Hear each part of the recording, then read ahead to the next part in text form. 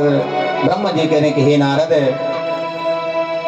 एक समय की बात, अब शिव से प्रेरित होकर प्रसन्नता पूर्वक हिमालय के घर में आप शिव तत्व ज्ञाता और शिव लीला जानकारों में श्रेष्ठ हैं। हे मुनि, गिरिराज हिमालय ने आपको देकर प्रणाम किया। नारद जी चले गए घूमते हुए, तो ब्रह्मा जी कह रहे हैं कि तुम ही चले गए थे घूमते हुए वहां, और तुमको देखकर जो है गिरिराज ने प्रणाम किया, बुलाया और चरणों में प्रणाम करके कहा, मत सुता जातकं ब्रूहि गुण दोष समुद्भवम्, कस्य प्रिया भाग्यवती भविष्यति सुता मम। तो नारद जी के लिए कहा कि अब इस कन्या के ग्रहों दशा को देखिए, है ना? तो नारद जी ने भी देखा, नारद जी प्रसन्न हो गए और सुंदर सुंदर जातक ग्रहों का जो है विवरण जो है गिरिराज से कर रहे हैं। पूछने भाई इसका नाम क्या है? तो नारद जी कहते हैं, और रामचरित में श्री तुलसी बाबा जी कहते हैं, सुंदर सहज सुशील सयाने, सुंदर सहज सुशील सयाने, नाम उमा अंबिका भवानी, नाम उमा अंबिका भवानी, सुंदर सहज सुशील सयाने, सुंदर सहज सुशील भवानी, नाम उमा अंबिका भवानी, नाम उमा अंबिका भवानी, नाम उमा अंबिका भवानी। तो नारद जी ने कहा कि बड़ी सुंदर सुशील और बड़ी सयानी यानी चतुर चालाक होगी ये बालिका, और इसका नाम है उमा अंबिका भवानी। वैसे तो कई नाम है ना? तो बोले हम इस समय इसका नाम रख देते हैं पार्वती। और नाम कर्ण संस्कार करने के बाद बोले आगे भविष्य भी तो बताओ इसको, किस प्रकार का इसको पति प्राप्त होगा। क्यों कि मोह डाल दिया ना किसने? उसी जगदम्बा ने। बोले तुम्हें ये बातें स्मरण नहीं रहेगी। तो पूछ रहे हैं स्मरण होता तो पूछते क्यों? क्योंकि पहले सभी देवता बता कर तो गए हैं। तो नारद जी कहते हैं, योगी नग्नो गुण कामी मातृतात विवर्जिता, अमानो अशिव वेशस्या पतिरस्या किलीदृशी। कितने भयंकर शब्दावली का प्रयोग है। नारद जी कह रहे हैं कि मातृतात विवर्जिता, जिसके माता पिता नहीं होंगे, माता पिता से विवर्जित। बोले योगी नग्नो गुण कामी, कोई ऐसा योगी होगा, बोले वो इसका पति होगा जिसका भेष भी अमंगल होगा। हाँ, तो ये बात सुनकर जो है गिरिराज घबरा गए, मैना भी घबरा गई। बोले योगी नग्नो गुण कामे मातृपितृ विवर्जिता, जिसके माता पिता को भी पता नहीं है भी कि नहीं, ऐसा योगी इसका पति होगा। और पति भी कैसा? अगुण अमान मात पितुहीना, उदासीन सब संशयहीना। बोले इस प्रकार का इसे पति प्राप्त होगा। तो उवाचा दुखिता शैल,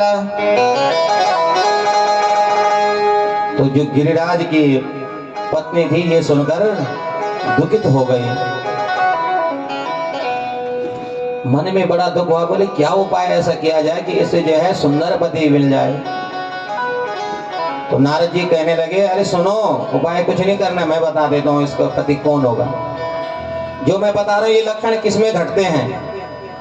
स्नेहा शृणुगिरे वाक्यम मम सत्यामृषा नहीं, ध्यान से सुनो। बोले जो मैं कह रहा हूँ झूठ नहीं होगा, कभी भी मिथ्या हो ही नहीं सकता है।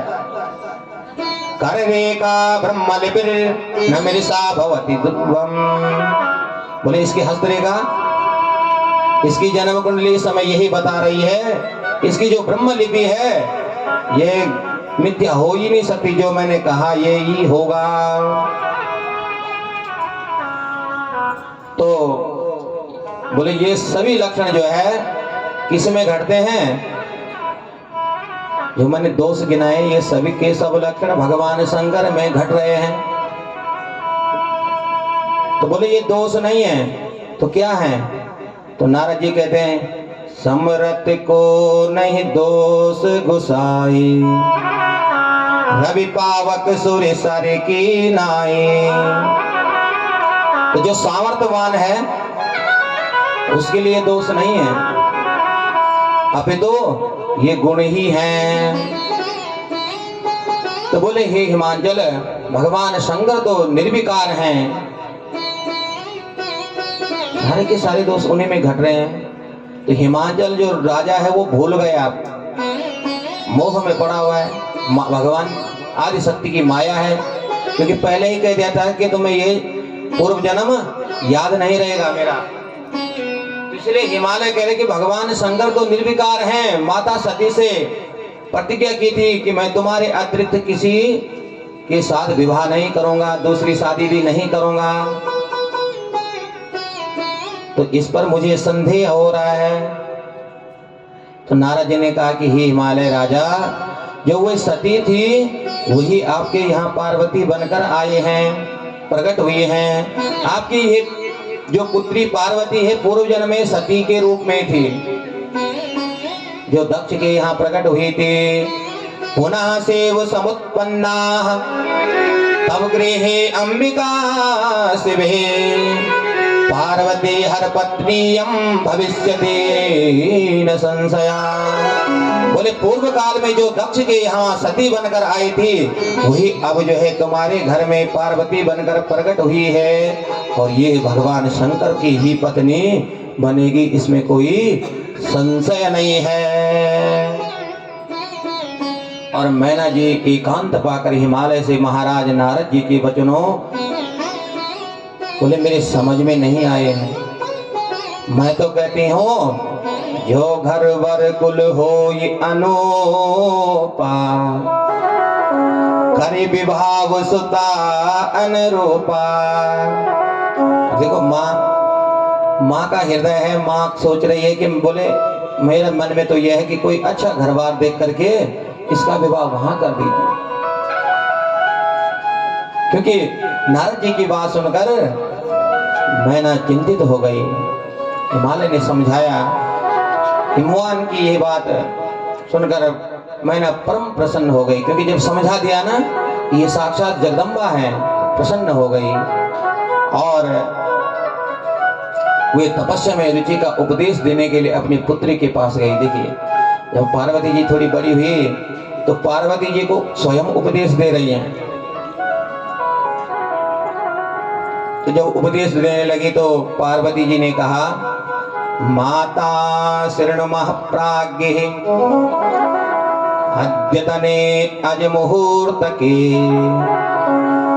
रात्रो दृष्टो मया स्वप्न हस्तम वदामि कृपा कुरु। पार्वती जी कह रहे कि हे माँ, मैंने रात्रि में एक ब्रह्म मुहूर्त में मैंने एक स्वप्न देखा है, और क्या देखा मैं तुम्हें सुनाती हूँ। तो कह रहे कि एक दयालु एवं तपस्वी ब्राह्मण ने मुझे शिव के निमित्त उत्तम तपस्या करने के लिए कहा है, तपस्या करने के लिए उपदेश दिया है। और ब्रह्मा जी कह रहे हैं कि ये बात सुनकर मेनका वहां से शीघ्र अपने पति को बुलाने के लिए गई। बोले पुत्री के देखे हुए उस स्वप्न को पूर्ण रूप से बताया, क्योंकि पार्वती जी ने स्वप्न सुना दिया मैना को। तो ये बात मैना ने गिरिराज को बताई। और तब गिरिराज कहता है, हे प्रिय अपरारात्रांधे स्वप्नो दृष्टो मयापि तम शृणुतं महप्रीत्या वत्याहं ते समादरा। हे प्रिय, मैंने भी रात के अंतिम प्रहर में एक स्वप्न देखा है, आदर पूर्वक उससे सुनो। बोले नारद जी के द्वारा बताए गए वर के अंगों के लक्षणों को धारण करने वाला एक परम तपस्वी प्रसन्नता के साथ तपस्या करने के लिए मेरे नगर में निकट आया है। स्वप्न की बात बता रहे हैं। और मैं भी अति प्रसन्न होकर अपनी पुत्री के साथ लेकर वहां गया। और उस समय मुझे ज्ञात हुआ कि नारद जी के द्वारा बताए हुए वर भगवान शंभु ये ही हैं। और तो बोले वेद वेदांत के अनुसार, क्योंकि मैंने उस समय उनको भगवान शंकर समझकर कहा कि मेरी जो ये बेटी है ये आपकी सेवा करेगी, आपकी भक्ति करेगी। और उस समय जो है मेरी बेटी उन भगवान शंकर की सेवा करने लगे। देखो स्वप्न सुना रहे हैं। और अगले दिन होता क्या कि भगवान शंकर स्वयं आ जाते हैं हिमालय पर्वत पर तप के लिए। जो स्वप्न रात्रि में देखा था वो हकीकत में बदल गया। और जब भगवान शंकर आए तो हिमालय कहता है, मम भाग्यो दया दत्रा त्वमागतैव प्रभो सनातं कृतवान् मां त्वं वर्णितो दीन वत्सलाः। बोले मेरे भाग्य के उदय होने से आप ही यहाँ आए हैं। आपने मुझ सनात पर अनंत कृपा की है, इसलिए आप दीन वत्सल कहे गए हैं। आज मेरा जन्म सफल हो गया है, जीवन सफल हो गया है। आज जो है मेरा सब कुछ सफल हो गया है, क्योंकि आप स्वयं पधारे हैं। तो भगवान शंकर बोले सुनो सुनो, मैं क्यों आया हूं ये तो सुनो। पहले ही अपने मन में हाँ मन के लड्डू मत खाओ, पहली बात सुनो मैं आया क्यों हूं। तब पृष्ठे तपस्तस्तुम रहस्यामि हमागताः यथा ना कोपि निकटम समायातु तथा कुरु। अब देखो जो स्वप्न देखा था वो जब शंकर भगवान आए तो हिमालय को लगा कि वास्तव में जो मैंने स्वप्न देखा वही होगा, क्योंकि भगवान शंकर तो आए हैं। लेकिन आगे स्वप्न में देखा था कि पार्वती जी को सेवा करने की आज्ञा भी दी थी भगवान शंकर ने। लेकिन अब क्या कह रहे हैं, बोले सुनो पहले। हे शैलराज, मैं आपके इस पर्वत पर एकांत में तपस्या करने के लिए आया हूँ, और आप ऐसा प्रबंध कर दीजिए, क्योंकि आप यहाँ के राजा हैं और राजा का दायित्व होता है।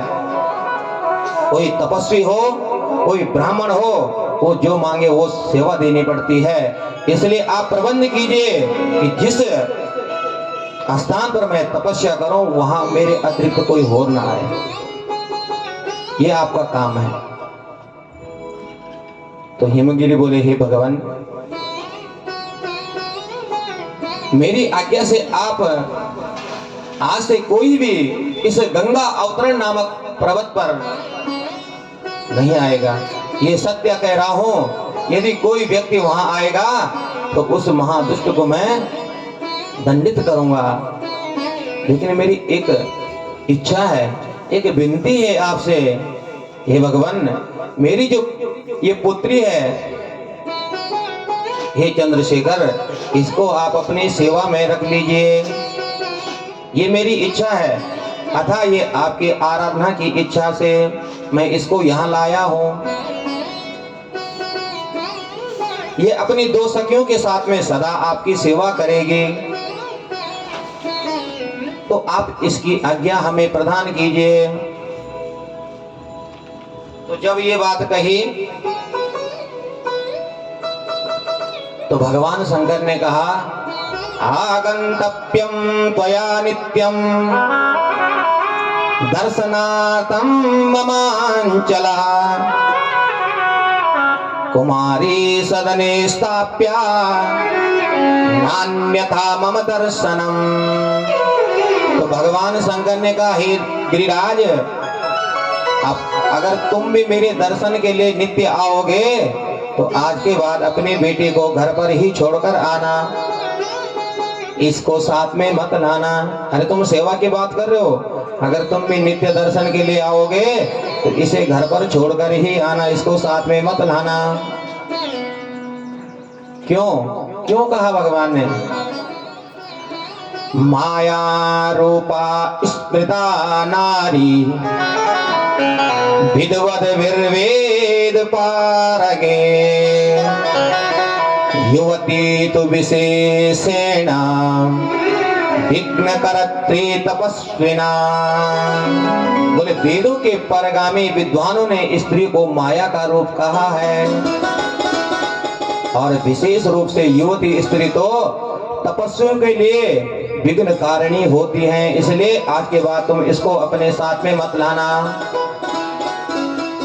अगर तुम दर्शन करना चाहो तो तुम अकेले आ सकते हो। तो तब जो है, जब ये बात भगवान शंकर ने कही तो तब पार्वती जी ने कहा, अब पार्वती जी की शब्द शैली सुनिए। यदुक्तम भवता योगिन वचनम शंकरम प्रभो साचा किम प्रकृतिं स्यात् हितस्तां भवन कथा। बोले हे योगिन, हे प्रभु, आपने जो बात कही क्या वह प्रकृति नहीं है? जिस बात को आप कह रहे हैं कि स्त्री को माया का रूप कहा गया है, क्या वो प्रकृति नहीं है? क्या वो प्रकृति नहीं है? अरे बिना प्रकृति और पुरुष के संसार चलता ही नहीं है, तो क्या वो प्रकृति अलग है? आपने जो बात कही है ये तात्विक दृष्टि से ठीक नहीं है। अगर आप तत्व की दृष्टि से देखो तो भेद नहीं है, और सब कुछ सदा प्रकृति से बंधा हुआ है, प्रकृति के अतिरिक्त अन्यत्र कुछ नहीं है।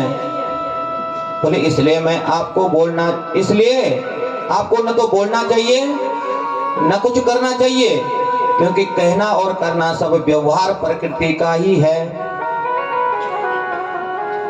ऐसा अपनी बुद्धि से समझिए। तो जब ये बात पार्वती जी ने कहा तो भगवान शंकर ने पता क्या कहा? इत्येवं तद यदि ब्रूषे गिरिजे सांख्य धारिणी प्रत्याहं कुरु मे सेवां निषिद्धां सुभाषिणी। क्योंकि जो तत्व ज्ञान पार्वती जी ने भगवान शंकर के सामने रखा, उस तत्व ज्ञान से भगवान शंकर कह रहे कि हे सुंदर भाषण करने वाली, हे गिरिजे, गिरिजे यानी गिरिराज की पुत्री, यदि आप सांख्य मत हो, सांख्य शास्त्र की बात कही है यहाँ पर पार्वती जी ने, अगर आप सांख्य मत हो, सांख्य मत को धारण करती हो तो प्रतिदिन मेरी अनिश्चित सेवा कीजिए, और इस मत से नित्य षोडोपचार विधिवत भगवान शंकर का पूजन पार्वती जी करने लगी। क्यों? कि पार्वती और भगवान शंकर का विवाह देवता क्यों कराना चाहते हैं? क्योंकि तारकासुर एक भयंकर राक्षस हुआ, जिसने ब्रह्मा जी से तपस्या करके ब्रह्मा जी से वरदान मांगा, पहले तो वरदान मांगा था कि मुझे अमर कर दो। ब्रह्मा जी ने कहा अमर हम स्वयं भी नहीं है, तो तुम्हें कहां से करें, इसलिए और वरदान मांग। बोले फिर तो मैं कई वरदान मांग, बोले चाहे जितने मांग ले। तो उसने वरदान, देखो ऐसा वरदान मांगा कि इस संसार में मुझे कोई न मार सके। हाँ, अगर मुझे कोई मारे तो वो जो शंकर से उत्पन्न पुत्र होगा वही मुझे मारे। क्यों प्रयत्न करते हैं कि भगवान शंकर का विवाह शीघ्र शीघ्र हो जाए। और भवानी अब भगवान शंकर के पूजा में लग गए, क्योंकि और इधर देवता आए। शंभोर यथा शिवायाम रुचिर्जायते कामता भगवस्ते प्रकर्तव्यम ब्रह्मोक्तम सर्वमेव तत्। देवता बोले हे इंद्र, जिस प्रकार भगवान शंकर सकाम होकर शिवा की अभिलाषा करें और ब्रह्मा जी द्वारा बताया हुआ सारा प्रयत्न अब आपको करना चाहिए। क्यों कि पार्वती जी उधर भगवान शंकर की सेवा करने लग गए, भगवान शंकर तपस्या में बैठे हुए हैं। लेकिन ब्रह्मादिक देवताओं ने जिस प्रकार बोले तुम्हें बताए हैं, अब तुम्हें प्रयत्न करना चाहिए। क्योंकि जितने भी राक्षस हुए उन्होंने सबसे पहले इंद्र को ही स्वर्ग से भगाया, तो बोले तुम्हें अब ये प्रयत्न करना चाहिए। और ब्रह्मदेव बोले कि उन देवताओं के चले जाने पर दुरात्मा तारकासुर से अत्यंत जो पीड़ित हुए, इंद्र ने उस समय कामदेव का स्मरण किया और कामदेव को बुलाया। उसी समय वसंत को साथ में लेकर रतिपति त्रिलोक्य विजय समर्थ कामदेव रति के साथ में वहां उपस्थित हो गया, इंद्र के सामने उपस्थित हो गया। तो इंद्र कहने लगे हे कामदेव, मैंने जो कर्म मन में सोचा है उसे करने में केवल तुम ही समर्थ हो, और कोई इस काम को नहीं कर सकता है। इस समय जो तारकासुर नामक दैत्य है, ब्रह्म से अद्भुत वरदान पाकर हम सभी को पीड़ा पहुंचा रहा है। तारका बोले पीड़ा पहुंचा रहा है, इसलिए शिव की माया से मोहित कामदेव इंद्र के वचनों को सुनकर ओम ऐसा कहकर शीघ्रता पूर्वक स्वीकार कर लिया। और तत्पश्चात कामदेव वसंत को साथ में लेकर अपनी पत्नी रति को साथ में लेकर जहां योगेश्वर भगवान शंकर कठोर तप कर रहे थे, वहां प्रसन्नचित्त होकर अपनी पत्नी के साथ वसंत को साथ में लेकर कामदेव पहुंच गया। तो ब्रह्मा जी कहने लगे कि शिव की माया से मोहित होकर महाअभिमानी तथा मोह उत्पन्न करने वाला काम शिव जी के समीप जाकर वसंत ऋतु के गुण धर्म को फैलाने लगा। और फैलाते फैलाते वहां अपने पांव जमाने लगा। और कामदेव जब वहां प्रकट हुआ तो उस समय देखा कि कोई भी छिद्र भगवान शंकर में नजर नहीं आया कि किस छिद्र से मैं प्रवेश करूं।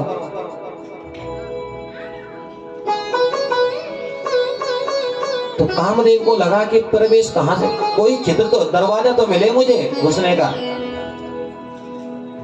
तो कामदेव सोचने लगा क्या किया जाए।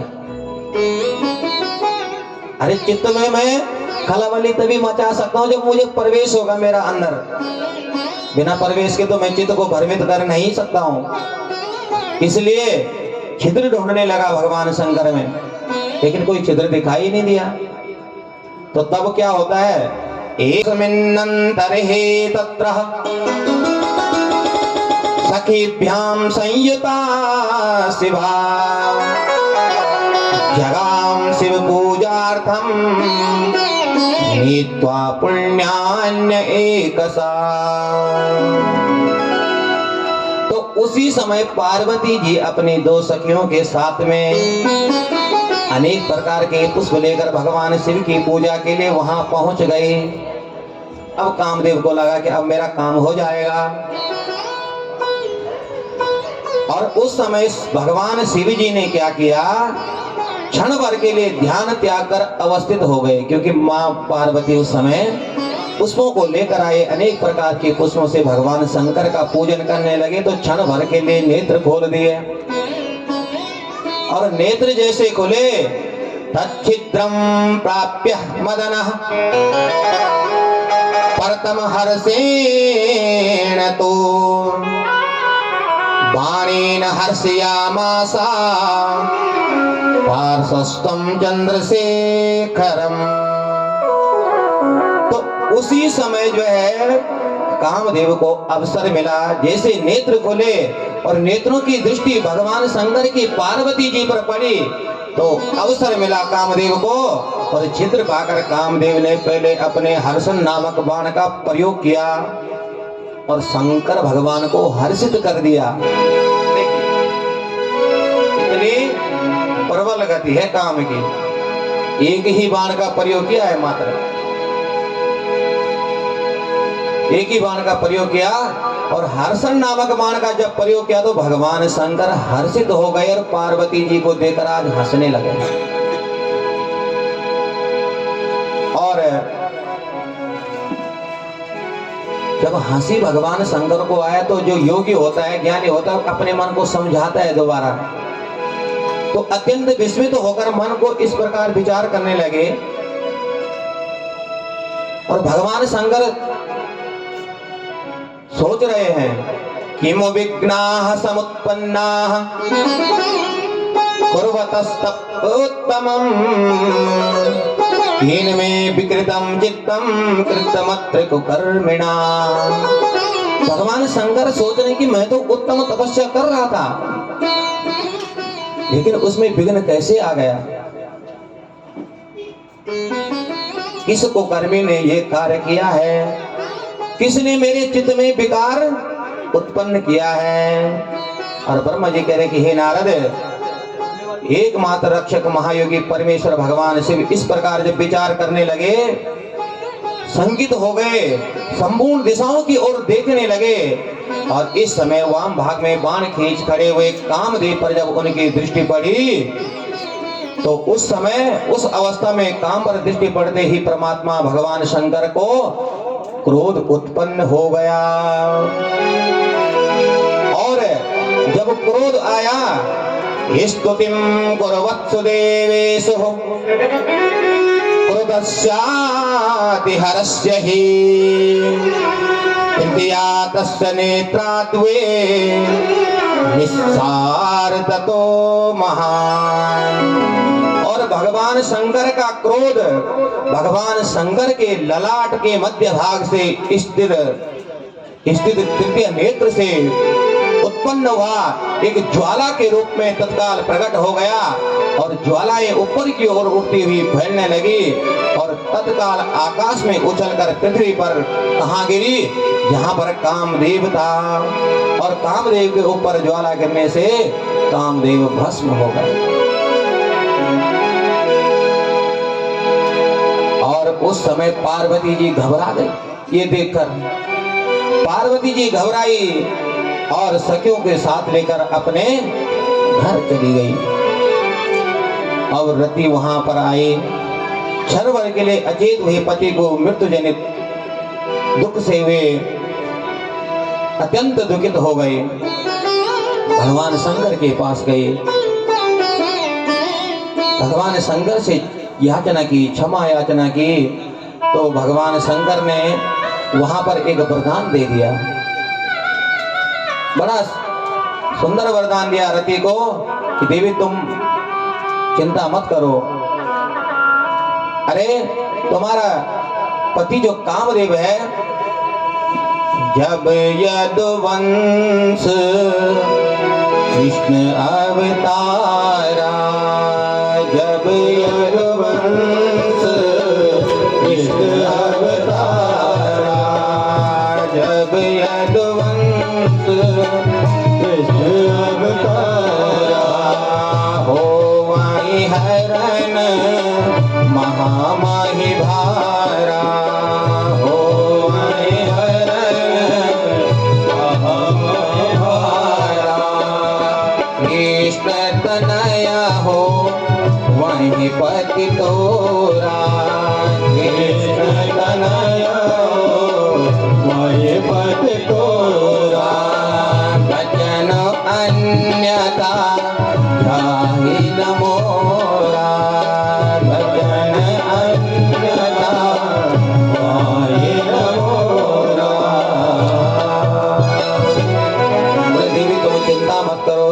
में जब यदुवंश में भगवान कृष्ण अवतार लेंगे तो उनका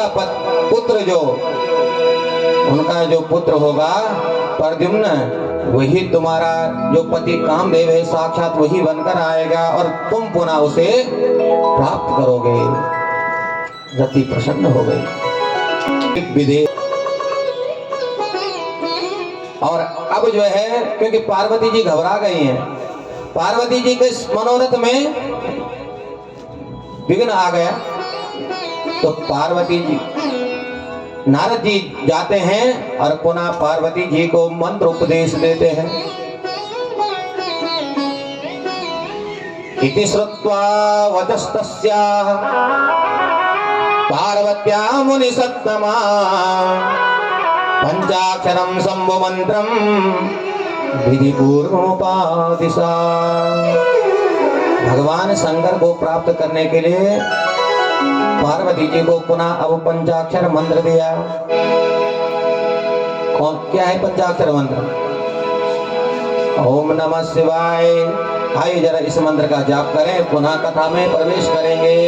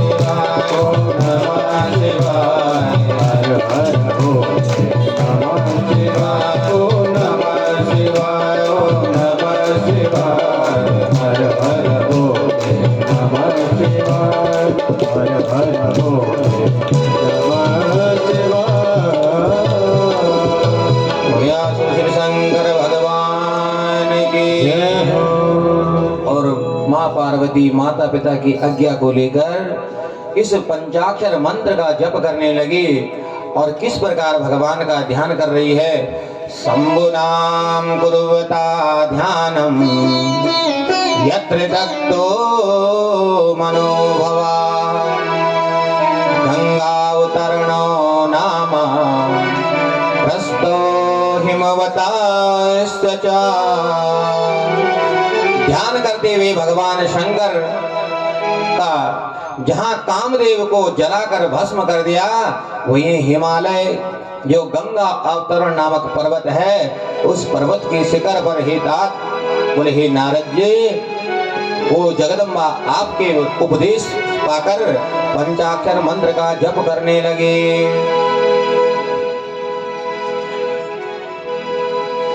और उस उत्तम तीर्थ में तपस्या करने लगे।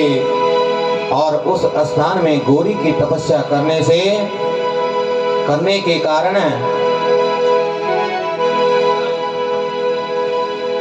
उसका गौरी शंकर ऐसा नाम पड़ा। और तपस्या कैसे की? ग्रीष्मे च परितो वह्निम् प्रज्वलन्तं दिवानिशम् कृत्वा तस्थो च तन्मध्ये सततं जपति मनुम्।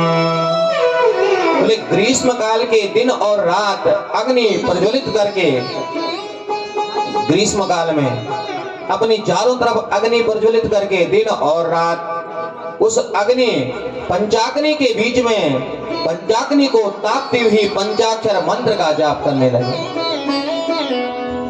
और इस प्रकार पंचाक्षर मंत्र का जप रात होकर तप करती हुई संपूर्ण मनोवांछित फल को प्राप्त करने के लिए जो इन फलों के दाता भगवान शंकर हैं, हृदय में उनका ध्यान करने लगी। और इस प्रकार तप करती हुई पहले फलाहार से फिर आहार से क्रमशः अनेक वर्ष बिताए।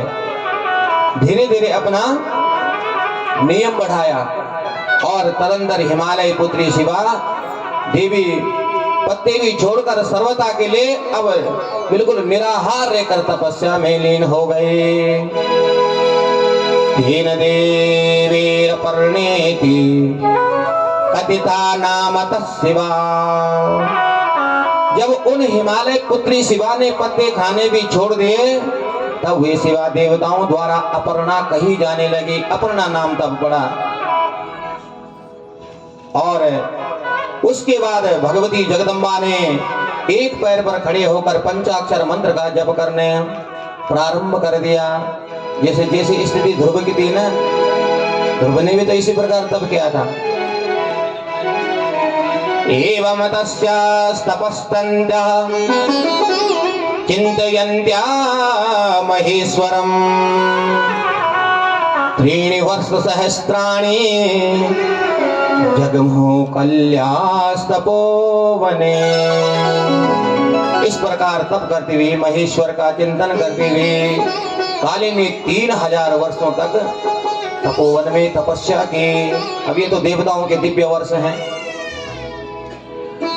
और तपसा महता तेना तप्तमासी चराचरम त्रैलोक्या ही मुनि श्रेष्ठ सदेवासुर मानुषम। और ऐसी पंचाग्नि को सार के भगवती जगदम्बा ने ऐसे मंत्र पंचाक्षर मंत्र का ऐसा जप किया कि उस तप से तीनों लोक जो है संतप्त होने लगे। और जब तीनों लोक संतप्त हुए तो सभी देवता घबराने लगे। और तब सभी देवता भगवान शंकर की शरण में गए। और भगवान शंकर की शरण में जाते हैं। शिव बोले भंडारी शरण हम आए तुम्हारे। शिव बोले भंडारी शरण हम आए तुम्हारे। शरण तुम्हारी भोले शरण तुम्हारी। शरण तुम्हारी भोले शरण तुम्हारी। शरण तुम्हारी भोले शरण तुम्हारी। शरण तुम्हारे भोले शरण तुम्हारी। रखियो लाज हमारी शरण हम आए तुम्हारे। रखियो लाज हमारे शरण हम आए तुम्हारे। शिव बोले भंडारी शरण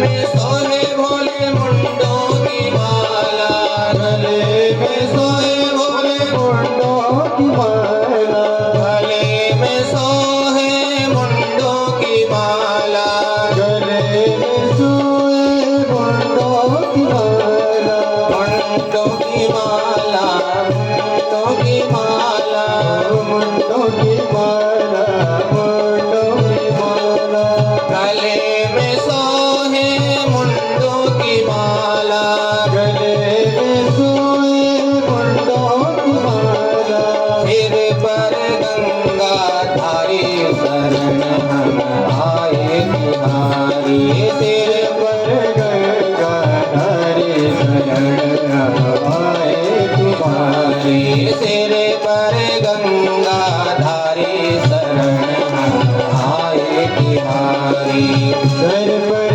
गंगा धारी शरण हम आए तुम्हारी।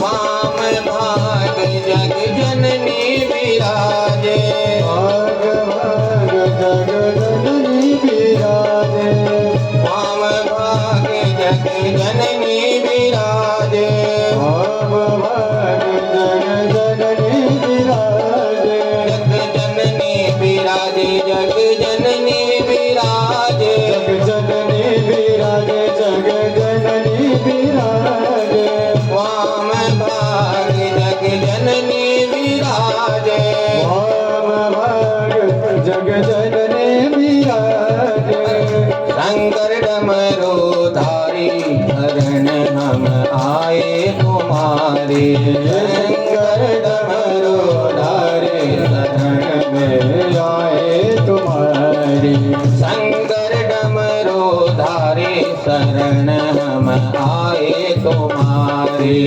शंकर डमरू धारी शरण हम आए तुम्हारी, डमरू धारी शरण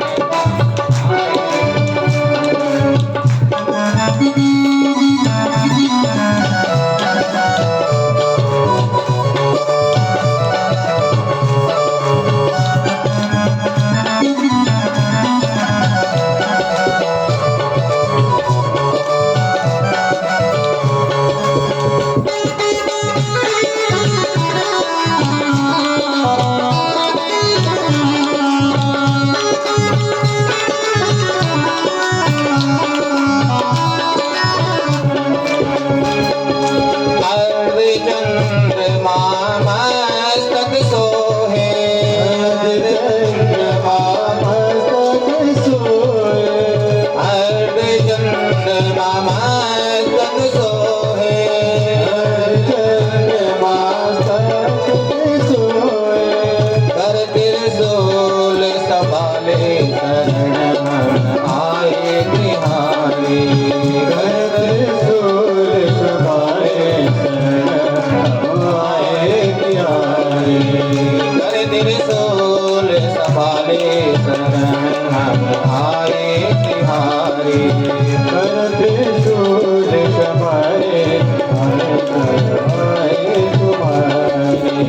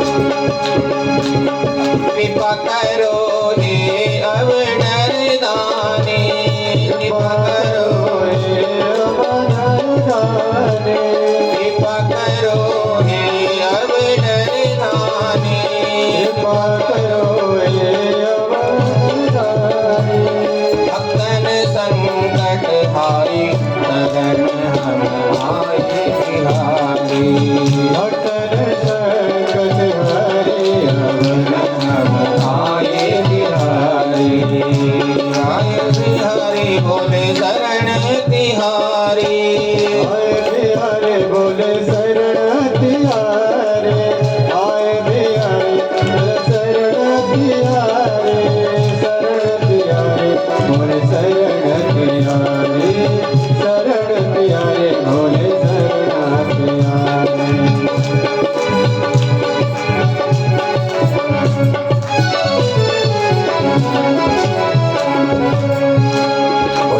श्री शंकर भगवान की। तो जब देवता भगवान शंकर के पास गए तो स्तुति की देवताओं ने कि बोले इस त्रिलोक्य जो भवानी के तप से ये तप रहा है इससे हमें बचाइए। तो तब भगवान शंकर कह रहे कि हे हरे हे विदे देवा सक्रात्या युग पश्चिमे किमर्थमागता योऽयं सत्यं ब्रूते ममाग्रता। शंकर भगवान कहने लगे कि हे ब्रह्मादि देवताओं आप किस लिए आए हो यहाँ? तो सबसे पहले भगवान विष्णु कहने लगे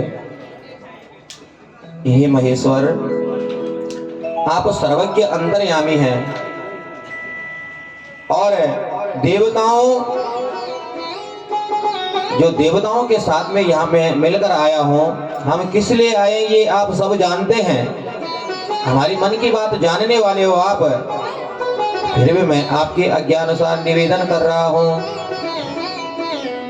और निवेदन क्या कर रहा हूँ कि जो तारकासुरतो दुःखं सम्भूतं विविधं मृडा सर्वेषां नस्तदर्थं हि प्रसन्नो कारिवेश्वरे। बोले जो हम सभी देवताओं को तारकासुर महान, जो तारकासुर नाम का राक्षस है वो अत्यंत दुख दे रहा है देवताओं को, और इसलिए हम देवताओं ने आपको प्रसन्न किया है। वे शिवा आपके लिए हिमालय की कन्या के रूप में जो उत्पन्न हुई है, क्योंकि आपके द्वारा पार्वती से उत्पन्न पुत्र के द्वारा ही तारकासुर की मृत्यु हो सकती है। तब भगवान शंकर कहने लगे हे हरे हे विदे देवा शृणुतादरतोऽखिला यतो चित्तमहं वच्मि सविशेषं विवेकतः। बोले हे विष्णु, हे ब्रह्मा, हे देवताओं, आप सभी मेरी बात को आदर्श पूर्वक सुनो। विवाह करना मनुष्यों के लिए उचित विधान नहीं है, क्योंकि विवाह की बेड़ी के समान अत्यंत कठिन दृढ़ बंधन और कोई है ही नहीं। भगवान शंकर कह रहे हैं कि संसार में बहुत कुसंग है, लेकिन परंतु उनमें स्त्री संग सबसे बढ़कर है। इसलिए लोहादारुमहे पाशेर दृढ़ं बद्धोपि मुच्यते। क्या कह रहे भगवान शंकर? बोले लोहा तथा लकड़ी के पासों से दृढ़ता पूर्वक बंधा हुआ जीव छूट सकता है, छूट जाएगा, लेकिन स्त्रियादिपास संबद्धो मुच्यते न कदाचन।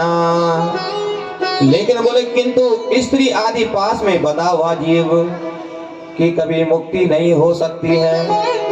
इसलिए दिश्याक्रांत मनसा स्वप्ने मोक्षो विदुर्लभा। और गृहस्थ के बंधन में बंधने के बाद इतना विषयाक्रांत जीव हो जाता है कि सपने में भी मोक्ष की नहीं सो सकता है। बोले इसलिए उचित नहीं कर रहे तुम। भगवान शंकर कह रहे देखिए, यद्यपि पर मैं ये सब बात जानता हूं उचित नहीं है, लेकिन फिर भी मैं आप लोगों की प्रार्थना को सफल करूंगा।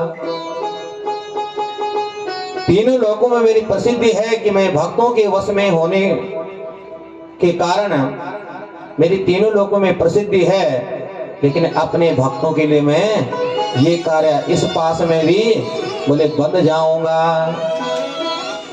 और भगवान शंकर ने आज जो है आज्ञा दे दी सभी देवताओं को और विवाह के लिए तैयार हो गए। बोले आप निडर हो जाओ और अपने अपने घर में चले जाओ। सभी देवता प्रसन्न होकर के अपने घर में चले गए। अब भगवान शंकर ने क्या किया,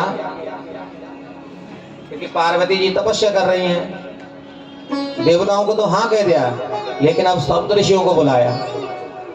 सप्तऋषियों को कहा कि अब तुम पार्वती की परीक्षा लेने के लिए जाओ, और सप्तऋषियों को भेज दिया जहां पार्वती तपस्या कर रहे थे।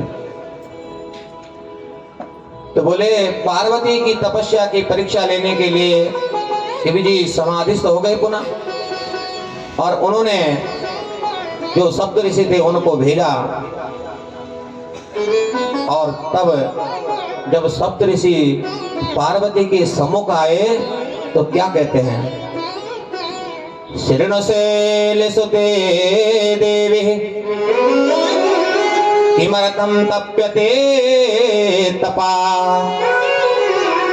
इच्छसि त्वं सुरं कं च किं फलं तद्वदाधुना। बोले हे शैलसुते, हे पार्वती, सुनो, तुम किस उद्देश्य से तप कर रही हो, तप करने का क्या कारण है तुम्हारा, तुम किस देवता को प्रसन्न करने के लिए तप कर रही हो और क्या फल चाहती हो उसे बताओ। तो तब पार्वती जी कहने लगी, मुनीश्वरा शृणु त्वं मद्वाक्यं प्रतितो हृदय भवेमि स्वविचारं वे चिन्तितो यो धिया स्वधा। बोले हे मुनीश्वरों, मैंने अपनी बुद्धि से विचार किया है और अब मैं उसको आपके सामने प्रकट कर रहा हूं। जिस उद्देश्य से मैं तप कर रही हूं आप सुनिए उसे। मेरा यह मन बड़ी दृढ़ता से हठपूर्वक इस मन को मैंने अपने वश में कर रखा है, और जो सदा शिव हैं वे ही मेरे पति बने, बस इसी उद्देश्य से मैं तप कर रही हूं।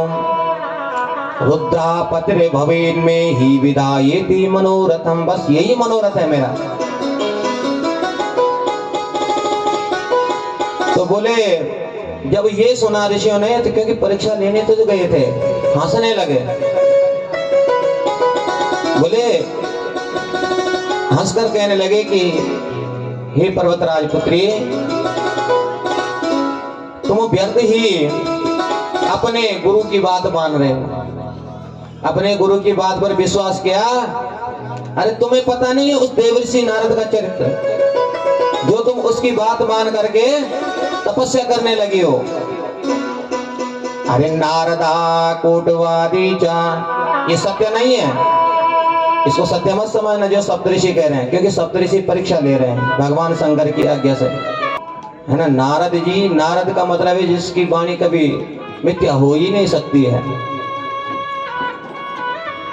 तो सप्तऋषि भी वही कह रहे हैं कि नारदा कूटवादी च परिचित्ता प्रबंधका तस्य वार्ता श्रवणतो हानिर्भवति सर्वथा।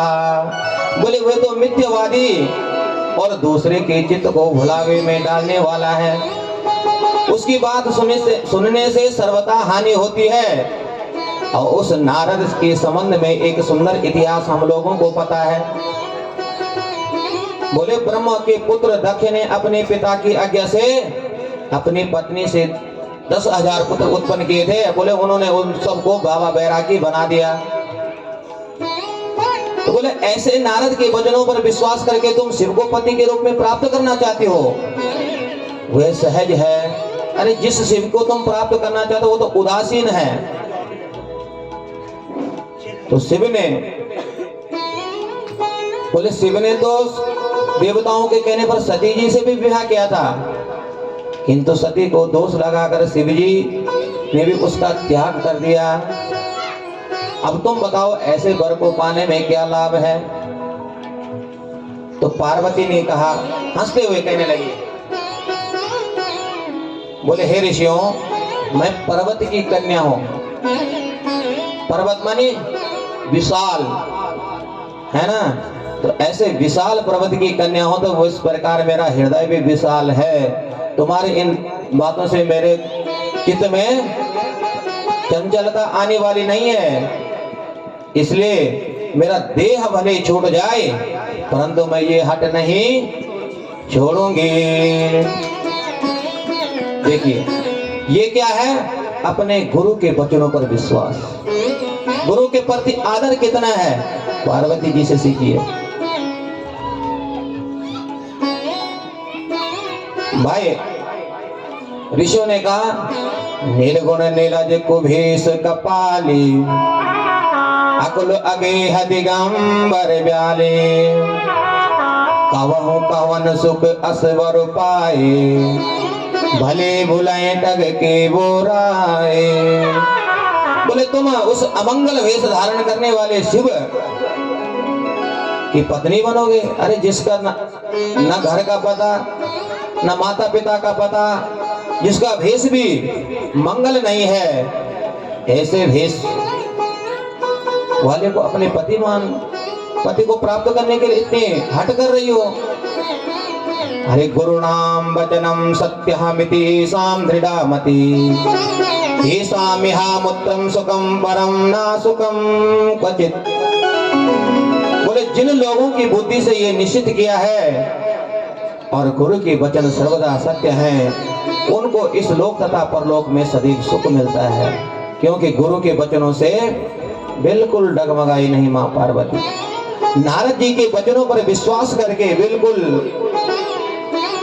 वचन बना के।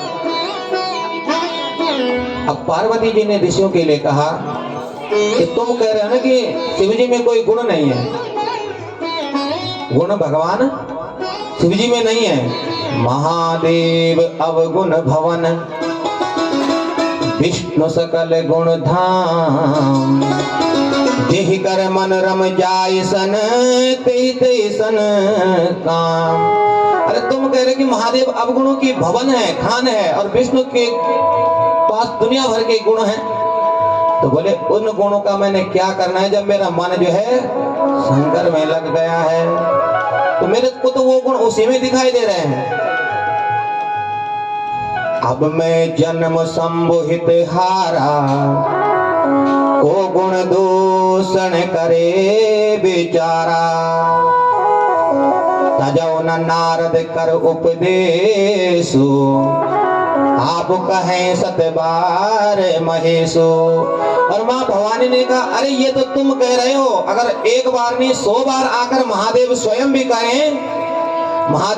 भी कहें कि तुम नारद के वचनों पर विश्वास कर रहे हो, फिर भी मैं नारद जी के उपदेश को बिल्कुल सत्य मानती हूँ।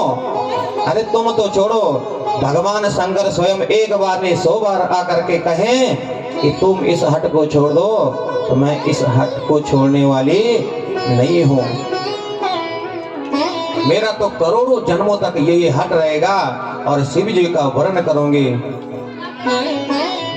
ये बात लेकर जब सप्तऋषि जो है पुनः भगवान शंकर के पास पहुंच जाते हैं, और अब भगवान स्वयं ब्राह्मण का वेश धारण करके स्वयं पहुंच जाते हैं परीक्षा लेने के लिए। देखिए कितनी बार लेते हैं भगवान परीक्षा, और हमारे जीवन में जो ये दुख आते हैं ये परीक्षा ही तो है, इसी को तो पास करना पड़ता है।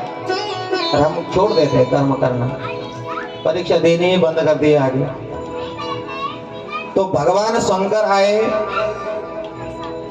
और भगवान शंकर ने ब्राह्मण का वेश धारण किया। पार्वती बोली हे ब्राह्मण देव आप कौन हैं, कहां से आए हैं? ब्राह्मण बोला मैं एक तपस्वी हूं। बोले तुम कौन हो? क्या तुम वेदों की जगत धात्री सावित्री हो, या महालक्ष्मी हो, अथवा सुंदर रूप वाली सरस्वती हो? तुम अपना परिचय हमें बताओ। तो तब पार्वती जी ने कहा कि आपने जो कहा है, ना हम वेद प्रसूर विप्रह न लक्ष्मी सरस्वती अहम हिमांचल सुतः सांप्रतम नाम पार्वती। बोले न मैं सावित्री हूँ, न महालक्ष्मी हूँ, न सरस्वती हूँ, मैं हिमालय की पुत्री हूँ, मेरा नाम है पार्वती और मैं शिव को पति के रूप में प्राप्त करना चाहती हूँ, इसीलिए ये तपस्या कर रही हूँ। और बहुत समय तक कठोर तपस्या करने के बाद मेरे प्राण वल्लभा सदाशिव मुझे प्राप्त नहीं हुए, तो मैं इस कारण मैं अग्नि में प्रवेश कर दूंगी और इस देह को भी समाप्त कर दूंगी अगर मुझे शिव जी प्राप्त नहीं हुए। अगर शिव जी ने मुझे अंगीकार नहीं किया, इसलिए मैं अब अग्नि में प्रवेश करूंगी और मैं जहां जहां जन्म लूंगी वहां भी शिव को पति के रूप में प्राप्त करूंगी। अब ब्रह्मा जी कहने लगे कि हे पुत्र नारद, इस प्रकार कहकर पार्वती जी ब्राह्मण का वेशधारी भगवान शंकर के द्वारा निषेध करने पर भी अग्नि में प्रवेश कर गई। मना करने के बाद भी और अग्नि में प्रवेश करने लगी, लेकिन उनकी तपस्या के प्रभाव से वो अग्नि भी उन्हें ऐसे लगी जैसे चंदन होता है, चंदन के समान शीतल लगी। और तब भगवान शंकर कहने लगे, अहो तपस्ते किम भद्रे न बुद्धम किंच देवहि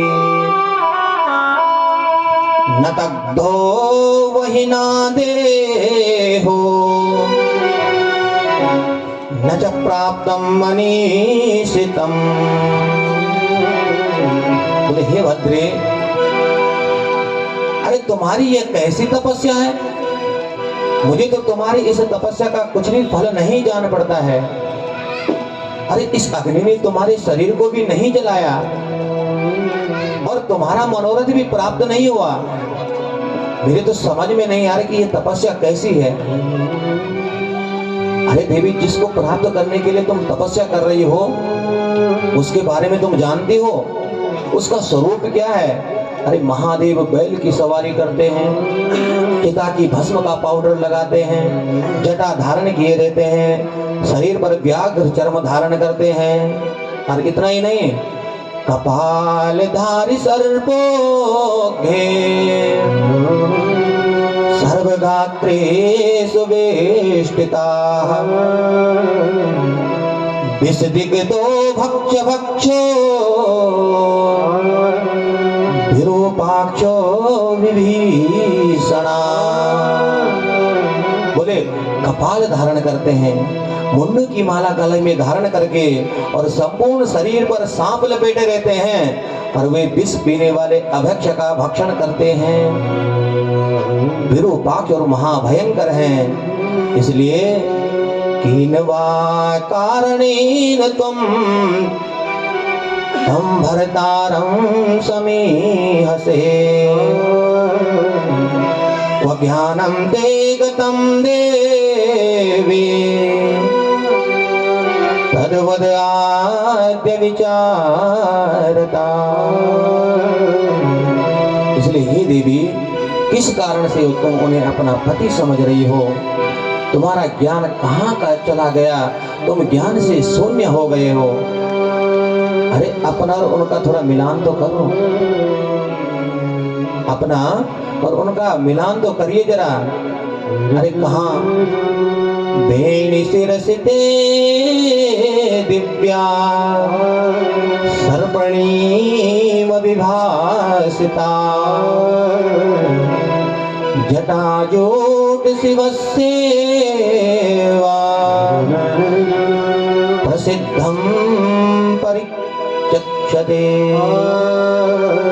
बोले हे देवी, कहाँ तुम्हारा मुख चंद्रमा के समान कितना सुंदर है और उस भगवान शंकर के 5 मुख, और कहाँ तुम्हारे सिर पर सर्पिणी बेणी और भगवान शंकर के सिर पर जटाजूट। अरे कहाँ आपके शरीर पर चंदन का लेप होता है और भगवान शंकर के शरीर पर भस्म का लेपन होता है। वभूषणानि दिव्यानि वसर्पा शंकरस्य च उपचरा देवता सर्वाः पचा भूत बलि प्रिया। बोले कहाँ देवता तुम्हारा सेवक हैं, सभी देवता तुम्हारी सेवा करते हैं और भगवान शंकर की वहाँ तमाम भूत प्रेत ऐसे गणों के साथ भगवान शंकर है।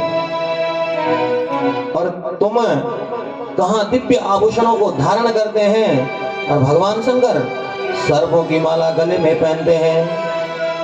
और तुम जो है मृदंग की ध्वनि पसंद करती हो, लेकिन भगवान शंकर तो डमरू बजाते हैं।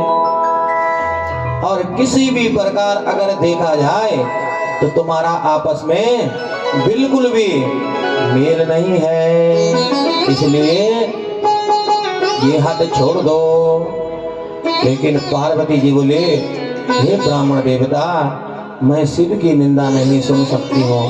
सब कुछ कर सकती हूँ लेकिन शिव की निंदा नहीं सुन सकती हूँ। अरे 7 जन्मों का दरिद्री भी अगर भगवान शिव का नाम ले लेना तो उसका भी मंगल हो जाता है।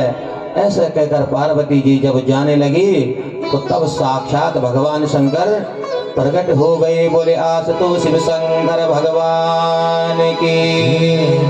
और जब भगवान शंकर प्रकट हुए तो पार्वती जी का हाथ भगवान ने पकड़ लिया। और तब भगवान शंकर कह रहे हैं, त्यजतां च त्वया लज्जः मम पत्नीं सनातनी गिरिजे त्वं हि सद्बुद्ध्या विचारय महेश्वरी। बोले हे गिरिजे, तुम लज्जा का त्याग करके तुम मेरी पत्नी बन जाओ। हे महेश्वरी, तुम्हारे अनेक प्रकार की मैंने परीक्षा ली हैं, सभी परीक्षाओं में तुम पास हो गई है। मेरे इस अपराध को क्षमा करो। देखो भगवान शंकर आज इस बात को कहे। और तब भगवान शंकर सर्वदा बोले, मैं अब तुम्हारे अधीन हूँ। तो देखो पार्वती जी ने क्या कहा, कितनी सुंदर बात पार्वती जी कह रहे हैं। यदि प्रसन्नो देवेशः करोसि चा कृपां यदि पतिर्भव ममेशाना मम वाक्यं कुरु प्रभो। बोले महाराज, यदि आप मेरे पर प्रसन्न हैं तो मुझ पर कृपा करना चाहते हैं तो हे महादेव, हे प्रभु, आप मेरे पति बनिए और मेरे वचनों को श्रवण कीजिए। इस समय आप मुझे पिता के घर जाने की आज्ञा दे दीजिए। इस समय मैं आपके साथ नहीं जा सकती हूँ। इस समय तो अगर आप मेरे पर प्रसन्न हैं तो पितृगेहे मया सम्यक गम्यते त्वदनुज्ञया। आप तो मुझे आज्ञा दे दीजिए इस समय पिताजी के पास जाने की। और आप जो है भिक्षुक बनकर, मतलब भिक्षुक क्यों कहा, क्योंकि आप दान मांगने आएंगे। दान मांगने आइए, मेरा दान मेरे पिता से मांगिए, भिक्षुक बनकर आइए और मेरे पिता के पास आ जाना और मेरी मांग कर लीजिए, जिससे मेरे पिता का गृहस्थ आश्रम सफल हो जाए। देखिए ये है कन्यादान का महत्व। गृहस्थ आश्रम की महत्व तब है जब जीवन में कन्यादान करने का अवसर प्राप्त हो। आजकल तो देखो माँ पार्वती कह रही हैं कि आप भिक्षुक बनकर आइए और मेरे पिताजी से मेरा दान मांगिए, जिससे मेरे पिताजी का गृहस्थ आश्रम सफल हो जाए। इतनी बड़ी महत्व है कन्यादान की। और तब भवानी प्रसन्न होकर घर चले गए। अब हिमालय द्वारा विवाह के लिए जो है, क्योंकि देवताओं ने खबर पहुंचा दी, अब लगन पत्रिका परमिशन होने लगा। लगन पत्रिकाएं भेजने लगे भगवान शंकर। इधर हिमालय ने भी तैयारियां की, इधर भगवान शंकर ने कैलाश में नारद जी को बुलाया और नारद जी को क्या कहा कि भाई अब तुम खबर पहुंचा दो कि भगवान शंकर की विवाह होगा। तो शिव जी ने नारद जी के लिए कहा, विष्णु प्रभृति देवास्या मुनीनाम सिद्धनापि ध्रुवम त्वं निमंत्रण मदवण्यं मुनीनान्यापि सर्वतः। बोले हे नारद, अब आप मेरी ओर से विष्णु आदि देवताओं को, सिद्ध महापुरुषों को, समस्त देवताओं को मेरी आज्ञा मानते हुए उत्साह में शोभा युक्त सभी को, मेरे गणों को निमंत्रण दे दो। अब नारद जी कह रहे हैं, नारद जी के लिए कहा कि हे ब्रह्मदेव कह रहे हैं कि हे नारद जी, तब तुम भगवान शंकर की आज्ञा पाकर निमंत्रण देने के लिए चले। और इस समय अत्यंत वेशभूषा से सुसज्जित होकर भगवान विष्णु अपने परिकरों के साथ कैलाश में पहुंच गए। जब निमंत्रण मिल गया तो सब जैसे जैसे निमंत्रण मिला, इंद्रादिक दिक्पाल, लोकपाल, मुनि, सिद्ध, नाग, गंधर्व सब आने लगे। जैसे जैसे जिसे को निमंत्रण मिला उसी प्रकार आने लगे। मातरा सप्तता तस्त्रः शिवभूषा विधिम्बरम् चक्रिरे मुदा युक्त्वा यथा योग्यम तथा पुनः। और जो सप्त मातृकाएं हैं शिव जी के विवाह का दुल्ला भेष जो है, क्योंकि अब श्रृंगार भगवान शंकर को होने लगा। सप्त मातृकाओं ने श्रृंगार किया। अब किस प्रकार श्रृंगार किया? कर्णाभरण रूपो यो सर्पो प्रकीर्तितो कुंडले भवताम तस्या नाना रत्न नित्वे मुनिः। और नाना रत्नों से दीप्यमान दोनों कानों में जो अलंकृत कुंडल सुशोभित हो रहे हैं भगवान शंकर के, और अंगों में निवास करने वाले अन्य सर्प अनेक रत्नों से युक्त आभूषणों के समान दिख रहे हैं, है ना। भगवान शंकर के शरीर में जो सर्प लटक रहे हैं वो भी आभूषणों के समान दिख रहे हैं। इतने सुंदर भगवान शंकर लग रहे हैं। और सभी कहने लगे, हे महादेव, हिमालय पुत्री महादेवी पार्वती से विवाह करने के लिए अब आप सभी के साथ कृपा पूर्वक प्रस्थान करें। अब जो है शिव जी की बारात में चले हैं। अब कुछ बारात बनेंगे, कुछ घराती बनेंगे, ये सब बाराती बनेंगे। तो आप सब बाराती तो हम घराती हैं। बोले आज तो शिव शंकर भगवान की। चलो अब शिव जी की बारात में चलते हैं।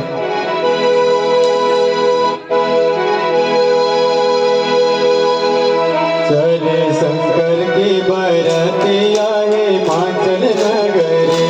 चले शंकर की बाराती आए हिमाचल नगरी। चले शंकर की बाराती आए हिमाचल नगरी। चले शंकर की बाराती आए हिमाचल नगरी। हिमाचल नगरी बोले मंचल नगरी। हिमाचल नगरी बोली हिमाचल नगरी। चले बाराती आए हिमाचल नगरी। चले शंकर की बाराती आए हिमाचल नगरी। चले शंकर की बाराती आए हिमाचल नगरी। चले शंकर की बाराती आए हिमाचल नगरी।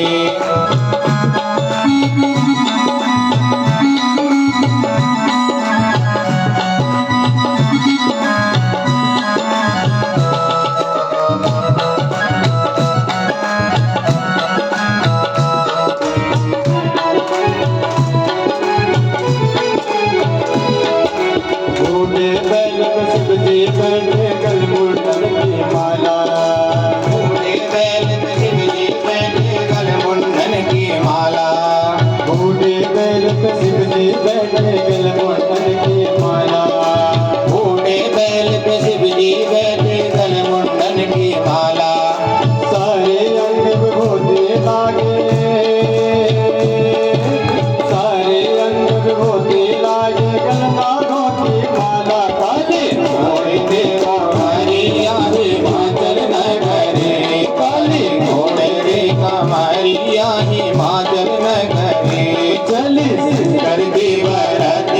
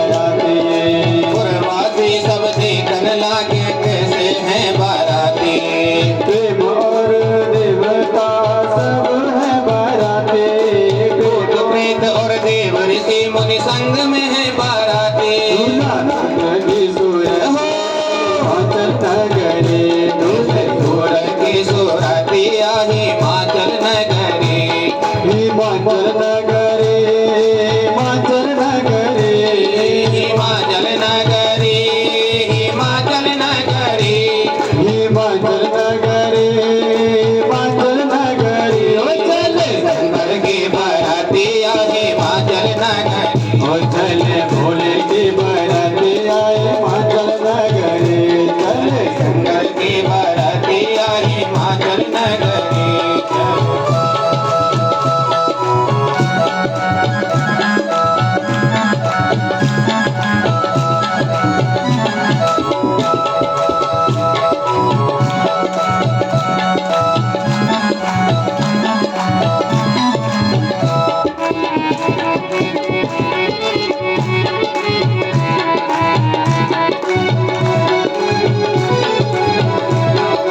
मैनावतिया लेकर दर्शन करने आए मैं नावती आरत लेकर के परिचन करने आए ओ मैनावतिया करने दर्शन करने आए मैं नावती आरती कर परिचन करने आए शिव शंकर का रूप देखने मन ही मन बढ़ाए शिव शंकर का रूप देख कर मन ही मन घबराए गिर गई हाथों से आरती आए हिमाचल नगरी गिर गई हाथों से आरती हिमाचल नगरी और गिर गए हाथों से आरती आए हिमाचल नगरी गिर गए हाथों से आरती हिमाचल नगरी ओ हिमाचल नगरी हिमाचल नगरी हिमाचल नगरी हिमाचल नगरी ओ हिमाचल नगरी हिमाचल नगरी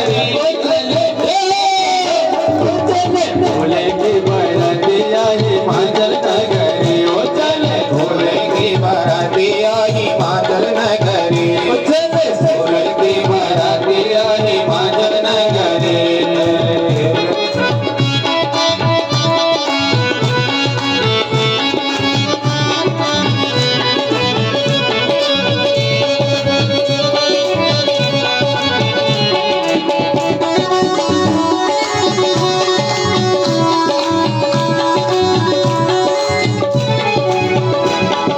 शिव की जैसा